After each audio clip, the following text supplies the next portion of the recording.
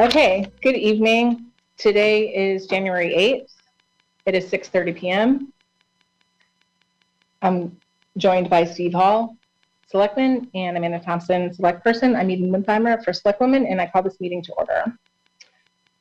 So on the agenda, after calling to order, is public comment. I'm not sure if we have any comment online. Don't see anything, Nicole. Okay. Before we go any further, I'd like to make a motion to make an amendment to the agenda. Thank you. Okay, I don't know if I have to wait for a second or no. I'd like to make an amendment to the agenda to add an Economic Development Commission appointment to 6E, appointments and resignations. Second the appointment, the motion. All those in favor say aye. Aye.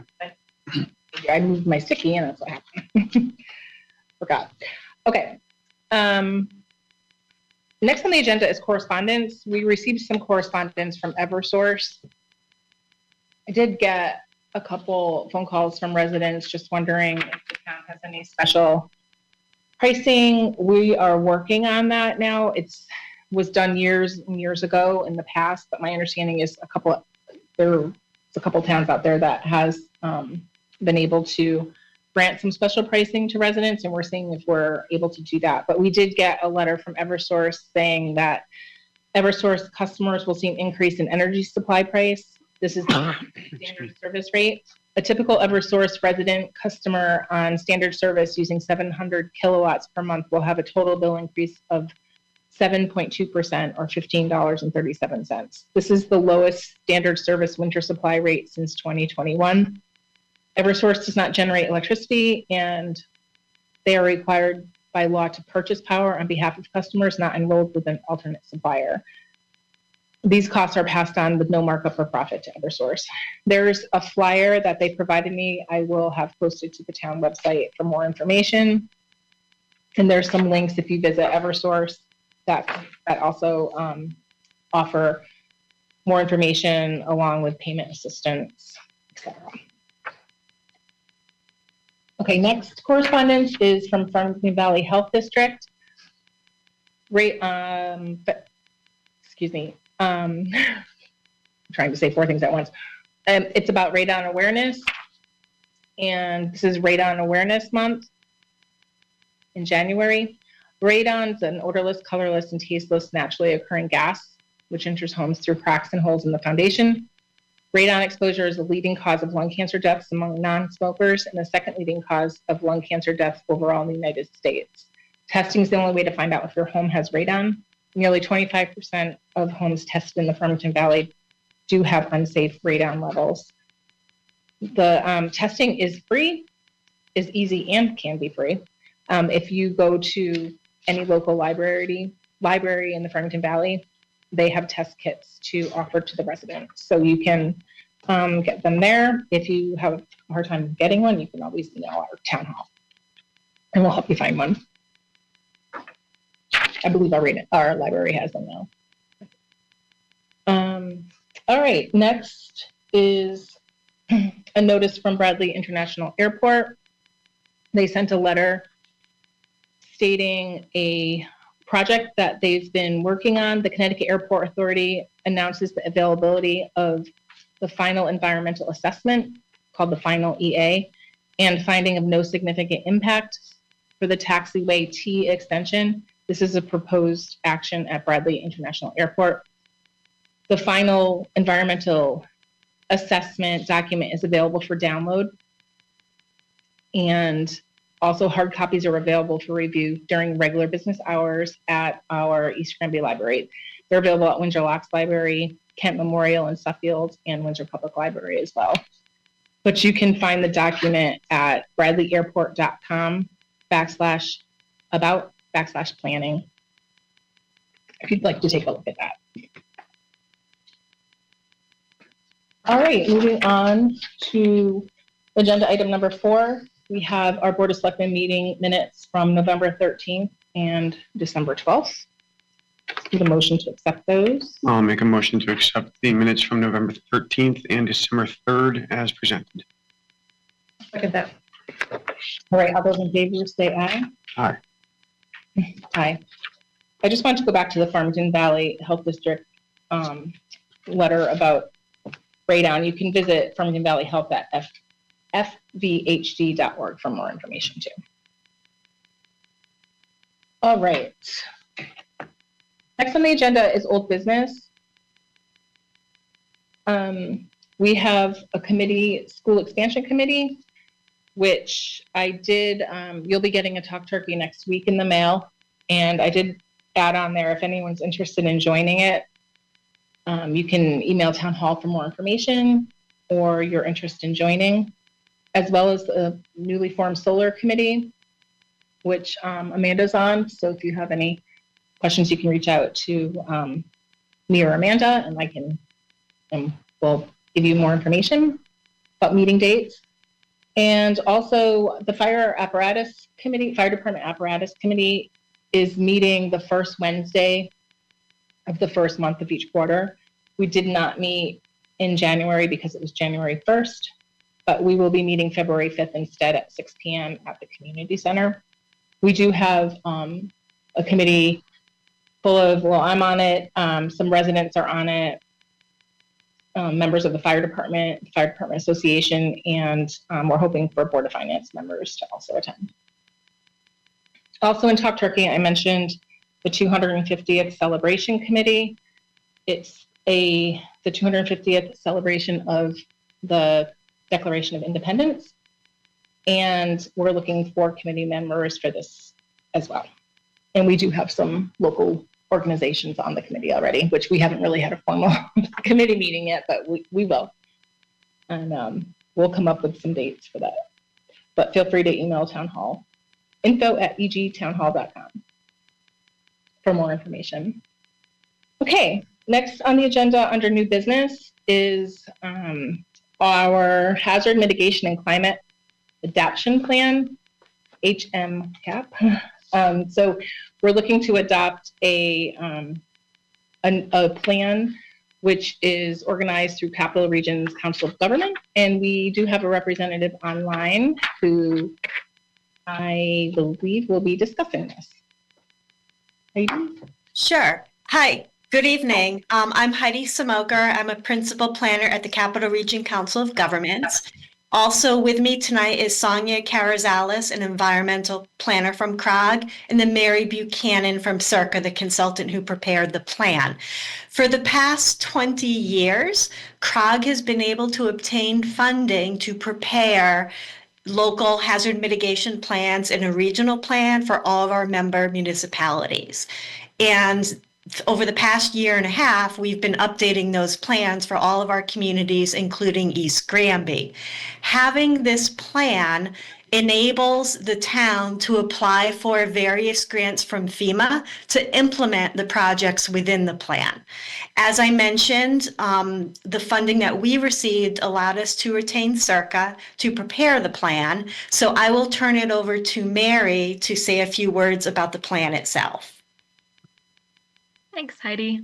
Hi, everyone. I'm Mary Buchanan. I'm a community resilience planner at CERCA, which stands for the Connecticut Institute for Resilience and Climate Adaptation. We are based at the Avery Point campus of and as Heidi mentioned, we were the contractor for the update of the CROG Hazard Mitigation Plan, which this time around became a Hazard Mitigation and Climate Adaptation Plan. And that was one of the reasons why CERCA was chosen to be the contractor. So what this plan is there's a multi-jurisdictional component, which is a very long document. It's about 200 pages, I think, where we go through a number of hazards that are experienced in the CROG region. So tropical storms, hurricanes, flooding, wildfires. This update, for the first time, we added extreme heat, and that was one of the ways that we're incorporating climate adaptation into this plan.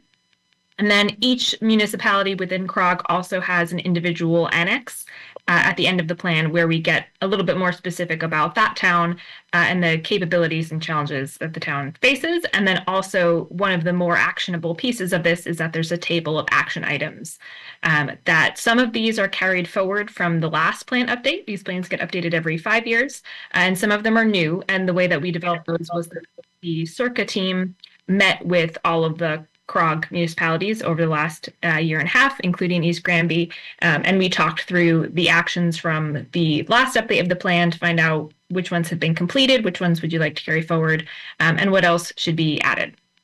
So a couple things that's worth mentioning. The action table is non-binding, so it's not like if you get 5 years from now and you haven't done some of the actions on the table, there's no consequence to that. Nothing's mandatory. It is a useful planning tool for the town to help direct hazard mitigation actions, and it is also helpful if you want to apply for a FEMA grant, such as the BRIC program or hazard mitigation grant program. I remember for the East Granby Annex in particular, some of the actions were related to acquiring generators for critical facilities. That's the type of thing that could be funded through a FEMA grant. But you can only be eligible for those FEMA grants if you have an active approved hazard mitigation. So that's why we're here. I'm happy to answer any specific questions if anyone has them. Thank you. Do you guys have any questions Now, I went through the process with Enfield. with Enfield? Yeah.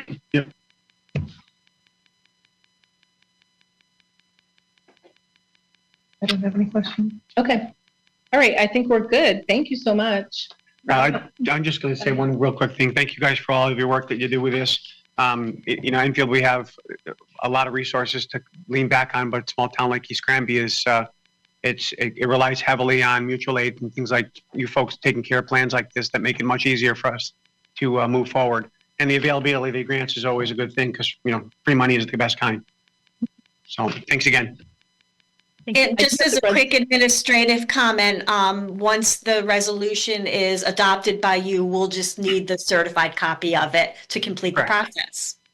Yep. I'll put it on letterhead tomorrow and sign off on it and have our town clerk do her thing too. Thank you. Okay. You're welcome. Thank you guys so much. Thank you being here. And I'll have the adoption will be available in the town clerk's office if anyone would like to see a copy of it. Okay. Next on the agenda is the town hall union contract ratification.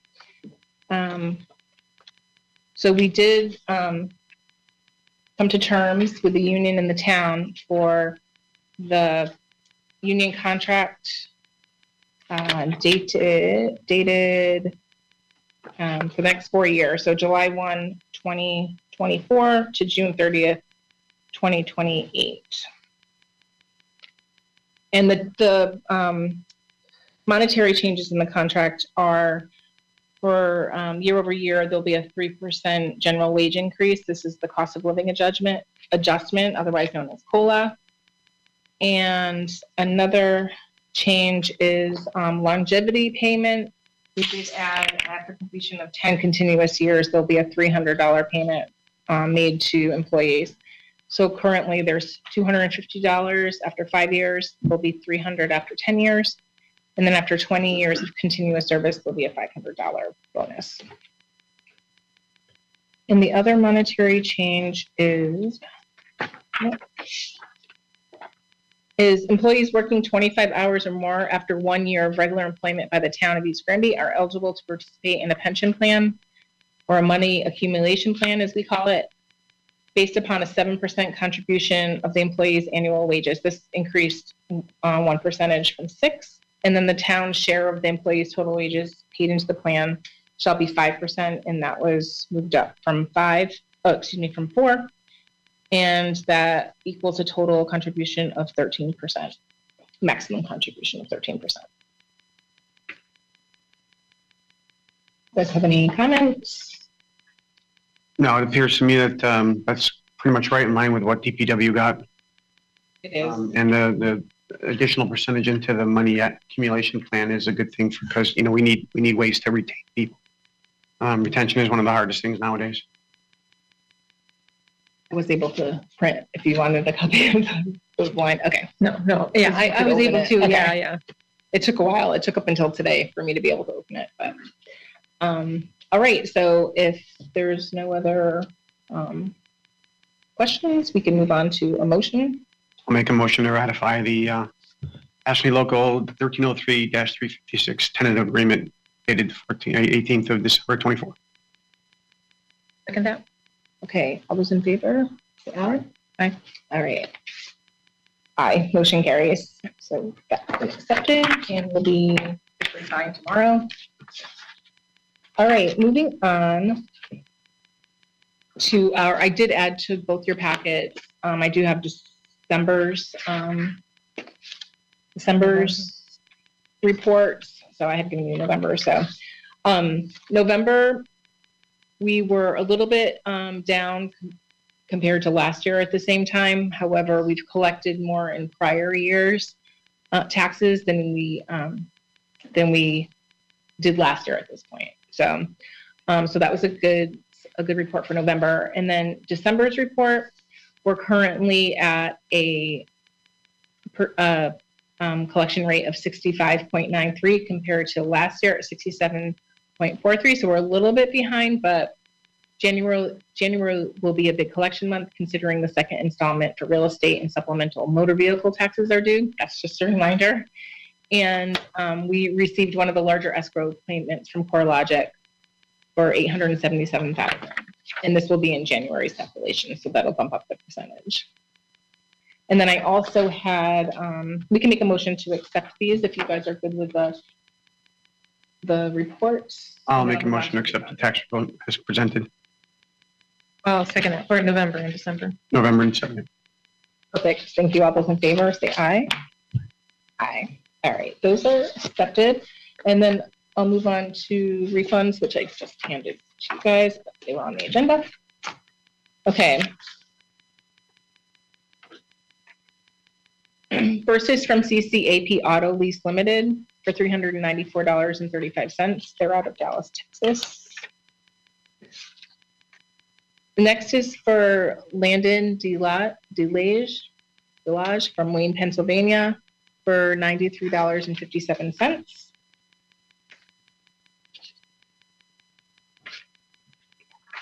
I might just go on here. It's probably better. Okay. Caitlin Erickson, West Hartford, Connecticut for $497.06. Next, Honda Lease Trust out of Georgia for $218.58. Next is for Jonathan Matlack, East Granby, Connecticut for $293.28.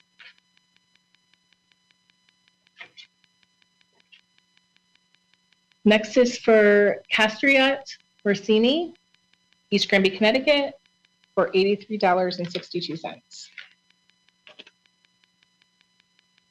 Next is for Stephen Oliveri, East Granby, Connecticut for $6.05. Next is for Helen Petronti of East Granby for $21.99. Next is for Toyota Lease Trust out of Mount Laurel, New Jersey for $1,512.11. Next is Toyota Lease Trust out of Jersey for $166.88.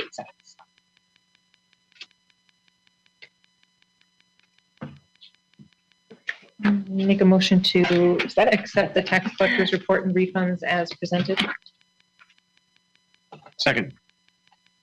Great. All those in favor say aye. Aye. Thank you. Okay, those refunds are accepted. All right. Moving on to police logs. I have November and December. November's I'll go through. We had 11 motor vehicle accidents and 13 in December. November, we had 14 alarms and 25 in December. 1 disturbance in November, none in December. We had 3 fires in November and none in December. We had 30 medical assists in November and 25 in December. We had 6 suspicious incidences in November and 14 in December. we had 281 patrol checks in November and 637 in December. And then in November, we also had 1 burglary, 1 operating under the influence, 1 larceny, and 7 traffic stops. Out of those traffic stops for November, we had 1 warning and 1 citation, and we didn't have any tickets or warnings in December, but we had 806 total calls for service in December. That was like twice as much as November. Busy month. Okay, moving on to appointments and resignations. We have 1 resignation from Pat Gill, and I would just like to mention a huge thank you for his 19 years of service on Parks and Rec. And out of those 19 years, he served as chairman for 15 years. So thank you very much, Pat, for all of your hard work. Does not go unnoticed. And then for an appointment for Park and Rec, we received a request from Amanda Mealy.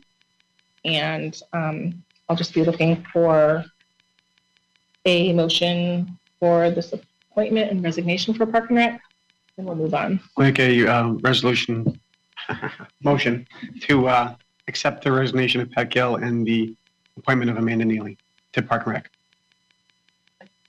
All right, all those in favor, say aye. Aye. Aye. Thank you. And we got a last minute request for a reappointment of Tom Lally to Economic Development from the Chairman David Iannucci of Economic Development. So I'll just look for a motion for reappointment for Tom Lally. I'll make a motion to reappoint Tom Lally to the Economic Development Commission. All right, all those in favor? Aye. Great, thanks. Okay, I do not have an ARPA update. I believe we're at 0 at this point. So we did receive all of the necessary contracts to account for all of our expenditures. So those have been submitted to the state, and I'm not anticipating any leftover amounts, but if something changes, It had to be sent by December 31st. it right? did. So, Yeah, so I think we're done. Even if we do have some left over, can't use it. Right, exactly. Unless they come up with some other like amendment or change. Yeah. Of course, I'll keep you posted on that. So finally, the Small Business Passport Contest, we received quite a few of submissions, and we had top three winners. So the winner of the $250 gift card is Ashley Ponsky with 29 stamps. Paul, and forgive me the spelling, but Gaioni, I believe. Gaioni, okay. With 28 stamps, won $100. And Deb Pathwitz with 26 stamps, won $50. So congratulations. Thank you to everyone who participated. And you can come and pick up your gift cards tomorrow or following any day that we're open. And there were 30 total businesses in the book. So thank you to all the businesses who participated also. Okay, next on the agenda is public comment, and I do not see anyone on the meeting. So I'll just look for a motion to adjourn. I'll make a motion to adjourn. Thank you. We are adjourned. Thank you. Yep, let me just end this. So.